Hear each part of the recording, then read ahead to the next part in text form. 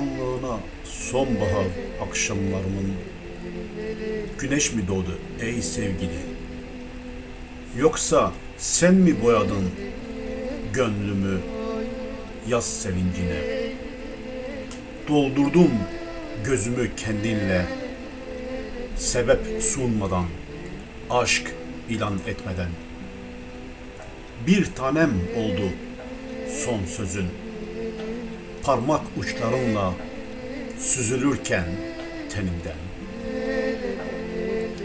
Ey isimsiz tanrılar, ey doğanın daha keşfedilmemiş isimsiz ruhları, ey ruhunun kapıları kapalı, aşka aç insanlar, hangi güneşi küstürdünüz kendinizden? Hangi aydınlığa muhtaçsınız? Hangi parmaktır bulamadığınız? Bedeninizi süzen. Kokumla buluştun dağ çiçeği, ruhumda canlandın.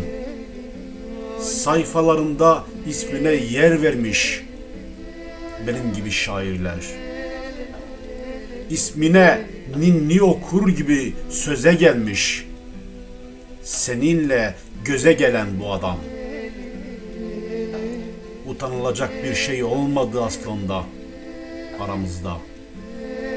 Pişmanlık duyacağımız bir şeye imza atmadık. Sadece isim verdik. Birbirini bulan isimsiz bu iki ruha. Ey evreni ve insanlığı satan aşka kör insanlar. Ne geceyi anladınız, ne gündüzü. Ne Leyla'yı anladınız, ne de Mecnun'u.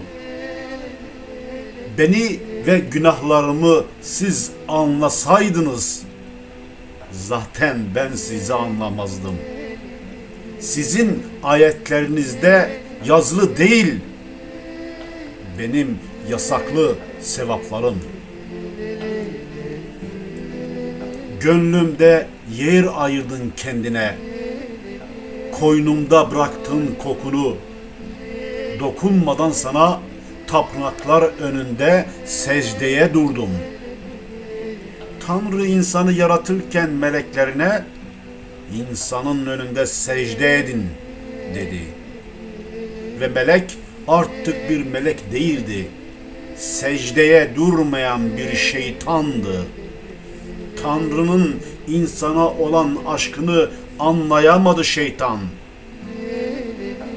Şimdi işte o insanlardır aşkımı anlamayan, seni anlamayan, bizi anlamayan, günahımıza giren o insanlar. Ey insanlar, unutmayın, koynumda onun kokusu var.